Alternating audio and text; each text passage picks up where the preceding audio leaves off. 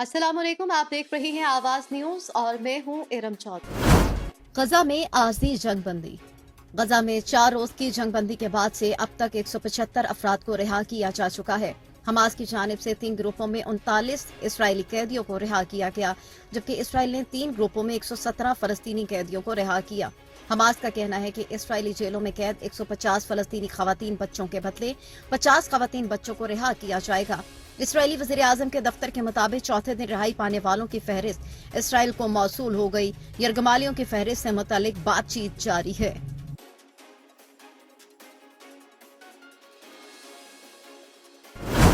मगरबी किनारे में इसराइली फौज के हाथों 6 फलस्तीनी शहीद। फलस्तीनी वजारत सेहत के मुताबिक जनीन के करीब 25 साल डॉक्टर को उनकी रहाइशगाह के बाहर कत्ल कर दिया गया। दूसरे फलस्तीनी शहरी को रामुल्ला के करीब शहीद किया गया। जनीन में इसराइली फौज की फायरिंग में दीगर 4 फलस्तीनी शहीद हुए। इसराइली फौज ने जनीन में पब्लिक अस्पताल इब्न सीना क्लिनिक का घेराव किया और एम्बुलेंसेस की तलाशी भी ली। अल खलील के करीब बनी नईम कस्बे से तकरीबन 26 फलस्तीनियों को गिरफ्तार किया गया। फलस्तीनी वजारत सेहत के मुताबिक मगरबी किनारे में 7 अक्टूबर से अब तक इसराइली फौज के हाथों 230 फलस्तीनी शहरी शहीद हो चुके हैं। कैलगरी में फलस्तीनी हामियों का मार्च। इतवार के रोज सैकड़ों फलस्तीनी हामियों ने कैलगरी के मरकज की जानिब मार्च किया, जिसके सबब कई ब्लॉक्स का ट्रैफिक जैम हो गया। कैलगरी पुलिस सर्विस के सोशल मीडिया पोस्ट के मुताबिक ग्रुप ने सिटी हॉल से मार्च किया, 5th एवेन्यू फ्लाईओवर को अबूर किया, मुसाहलती पुल के करीब पहुंचा और फिर सिटी हॉल में वापस आने से पहले 4th एवेन्यू साउथ ईस्ट की तरफ मार्च जारी रखा। पुलिस के मुताबिक इलाके की तमाम सड़कों को दोबारा शाम को खोल दिया गया। पुलिस ने यह भी कहा है कि सिटी हॉल से शुरू होने वाले मुजाहरे में तकरीबन 2000 अफराद ने शिरकत की।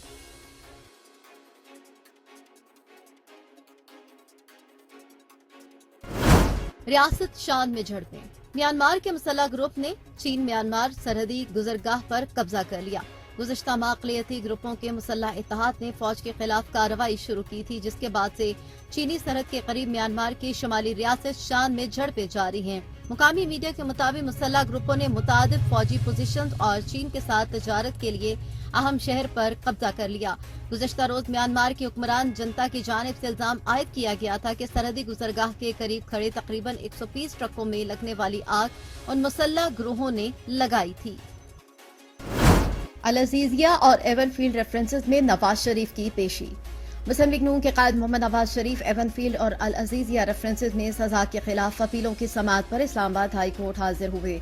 नवाज शरीफ के रेफरेंसेस की समाअत इस्लामाबाद हाई कोर्ट के चीफ जस्टिस आमिर फारूक और जस्टिस गुल हसन औरंगजेब कर रहे हैं। अदालत ने फ्रीक्वेंसी एवनफील्ड रेफरेंसेस में अपील पर दलाइल तलब कर रखे हैं। गुज़श्ता समाअत के दौरान नवाज शरीफ के वकील अमजद परवेज ने दलाइल के लिए 4 से 6 घंटे का वक्त देने की इस्तदा की थी। नैब ने एवनफील्ड रेफरेंस में अपील पर दलाइल के लिए सिर्फ आधे घंटे का वक्त देने की इस्तदा की थी। शामिल करेंगे कुछ मजीद खबरें। इलेक्शन से कबल अपोजिशन पर पुरतशद्दुद क्रैकडाउन। ह्यूमन राइट्स वॉच का कहना है कि बांग्लादेश में 7 जनवरी के इलेक्शन से कबल अपोजिशन पर पुरतशद्दुद क्रैकडाउन किया गया। बांग्लादेशी हुकाम अपोजिशन को कुचलने, मुकाबला रोकने के लिए गिरफ्तारियां कर रहे हैं। क्रैकडाउन के दौरान 10,000 कारकुनान को गिरफ्तार किया गया। ह्यूमन राइट्स वॉच के एहलकार जूलिया ब्लंगर का है कहना कि बांग्लादेश नेशनलिस्ट पार्टी के मुताबिक उसके 50 लाख अरकान में से आधों पर मुकदमात हैं। बांग्लादेश के जेलों में कैदियों की तादाद गुंजाइश से 2 गुना हो गई है। जूलिया ब्लैकर ने कहा कि बांग्लादेशी सिक्योरिटी फोर्सेज ने बड़े पैमाने पर मनमानी गिरफ्तारियां कर रखी हैं।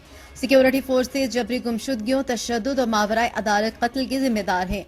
ह्यूमन राइट्स वॉच के एहलकार का ये भी कहना है कि ऐसे हालात में बांग्लादेश में काबिल एतमाद इंतखाबात नहीं करवाए जा सकते। नेतन्याहू की नामालूम मुकाम पर इस्राएली फौजियों से मुलाकात। इस्राएली वज़ीर आज़म नेतन्याहू ने गजा में नामालूम मुकाम पर इस्राएली फौजियों से मुलाकात में मकासद हासिल होने तक जंग जारी रखने के अज़म का इजहार किया। इस्राएली वज़ीर आज़म का कहना था कि इस जंग के 3 मकासद हैं।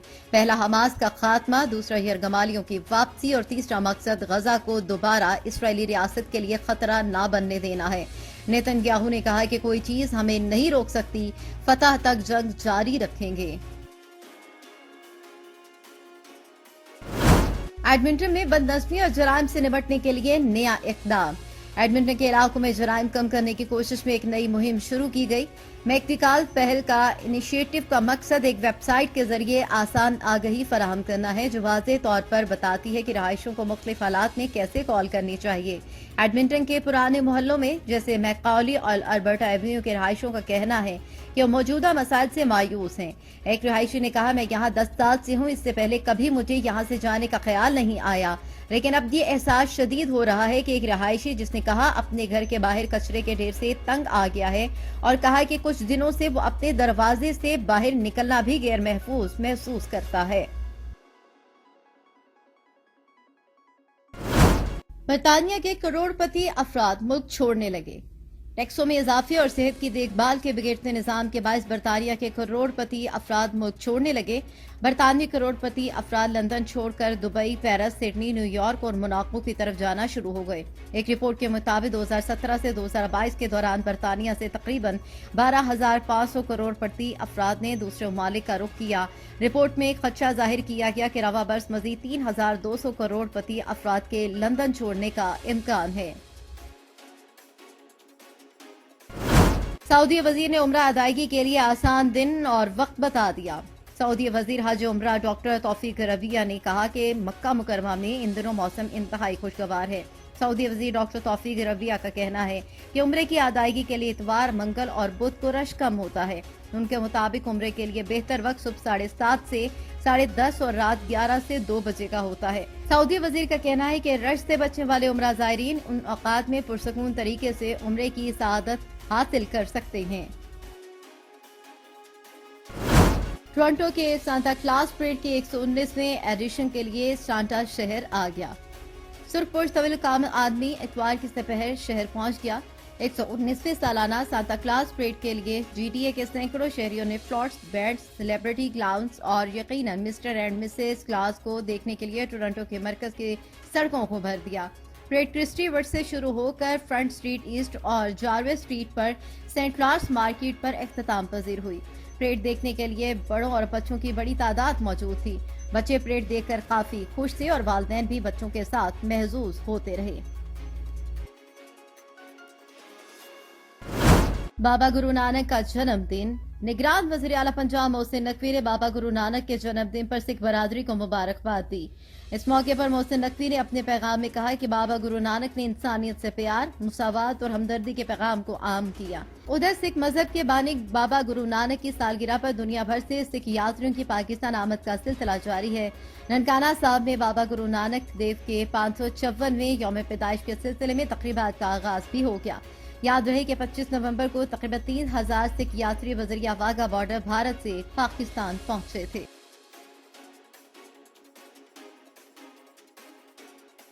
آواز نیوز سے فی الوقت اتنا ہی۔ مزید خبروں اور اپڈیٹس کے لیے دیکھتے رہیے آواز نیوز۔